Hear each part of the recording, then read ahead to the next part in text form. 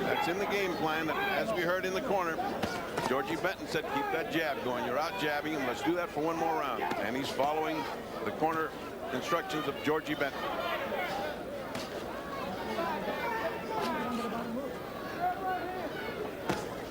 So far, we haven't seen any great offensive, aggressive behavior on the part of Buster Douglas. He has not been leading. He has been following so far, allowing Holyfield to do what he wants to do.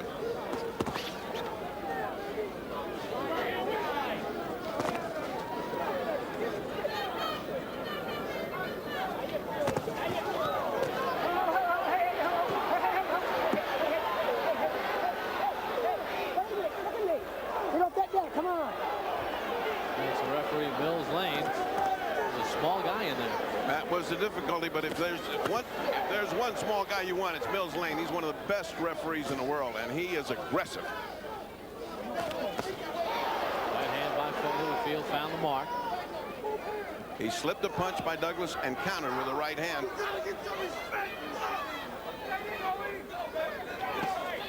There's another body shot.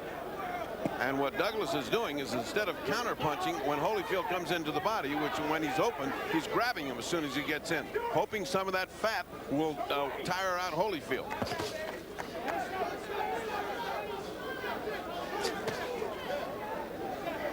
We hit the closing seconds of round number 2.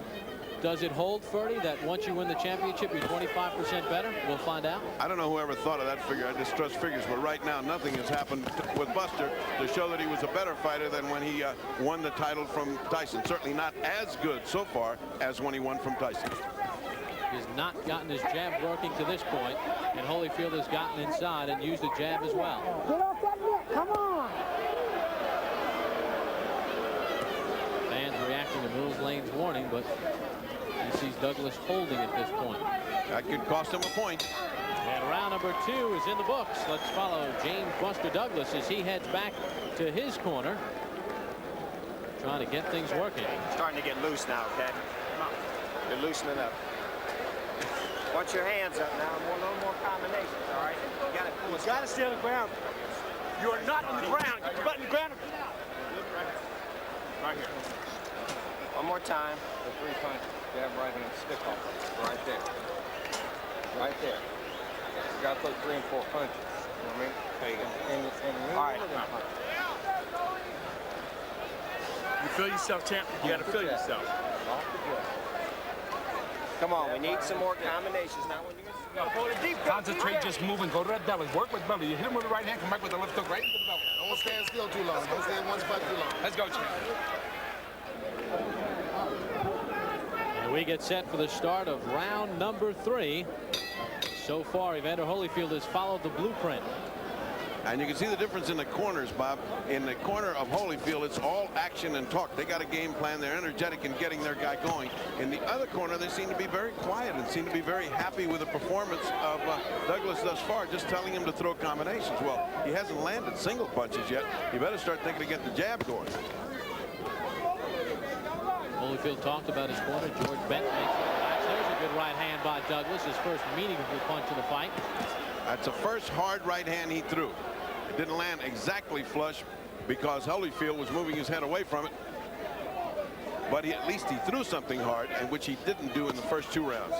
Now he's trying to land hard punches. Last 2 or 3 have been hard.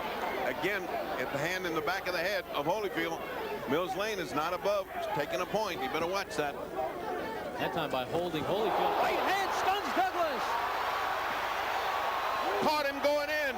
He is not going to get up. There goes the heavyweight championship of the world. Mills Lane with the count. Holyfield has been named the heavyweight championship of the world. Evander Holyfield with a 3rd round knockout puts away Buster Douglas. And Buster Douglas is still down. A perfect combination, just as he was getting aggressive. And what does this indicate, ladies and gentlemen? What was that in Tokyo? Was that just chance that he brought Or was it a mirage? Or was it a mirage? Because Holyfield has done exactly what he wanted to do. The game plan was perfect, and the way it finished was just what Holyfield had predicted. As far as his corner was concerned, it was a perfect knockout. Now let's look at the corner. He's still not up. His eyes are flickering, meaning consciousness is now coming back. People should move back. Give him space. He is still down. He has not moved except for a flicker of an eyelid. He is up now. His eyes are up, open now. I don't think this is any reason for concern. He's getting up. And Evander Holyfield with the stunning third-round knockout bedlam here at the Mirage. He took the fight to Douglas, as you see. Douglas now starting to get up, being handled by his aides there. And the knockout thing is crucial to remain down until conscious remains. Then by stages get up. Get up a little bit, up to the, now they'll sit him up and finally he'll stand up. There is no hurry. There's plenty of time because he's got the rest of his lifetime to worry about how he got onto the campus. Let's take a look at exactly what happened to him. There was a crisp punch inside. Fernie, let's give us the call here as we take a look at what happened in round number 3. Douglas had thrown one good right hand. His only meaningful punch, as you see Douglas in his corner, and the new undisputed heavyweight champion of the world, Evander the Real Deal Holyfield. He takes it away from Buster Douglas, and it appears Buster is okay. Now let's take a look.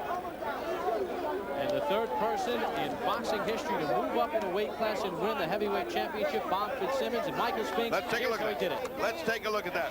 Look at that uppercut. That's what he wanted to land. The right hand, solid. He's already going down. The left hook misses, but you only needed that right hand. A picture perfect right hand that Holyfield had practiced in case the uppercut would come in and miss.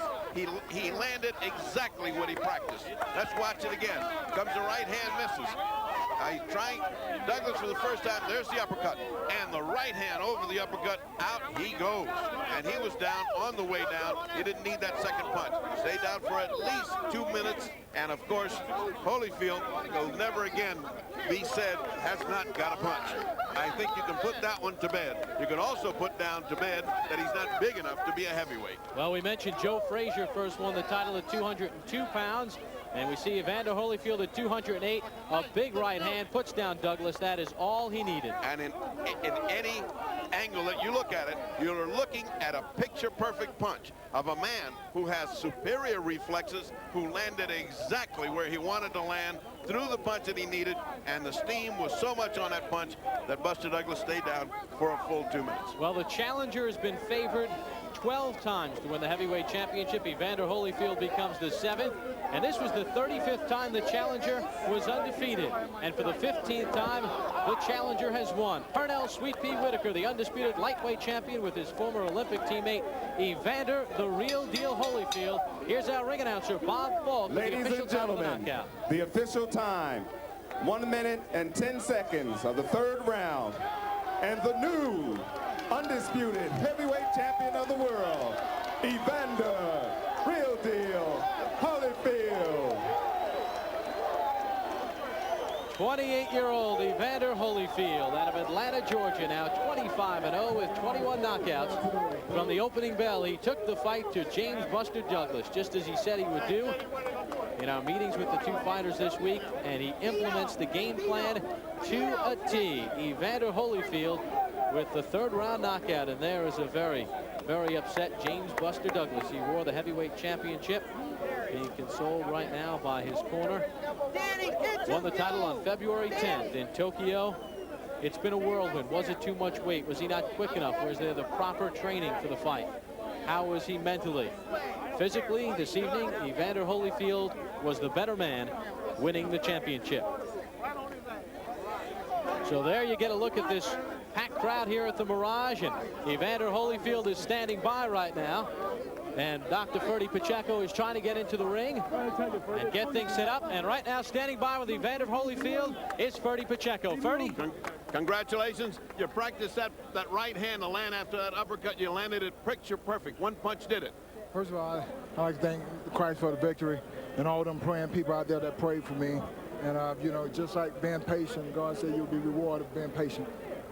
Well, you were certainly patient for those first 2 rounds. You dictated the action. You were waiting for your chance. Did you have any worry that he would come out and start throwing some bombs? Well, I didn't know what to anticipate. And I went out there, followed a game plan. My corner had me go out there and, you know, and said, use the jab, work everything off the jab, and things would happen. And that 3rd round came and everything just executed beautiful. Do you think you could put to sleep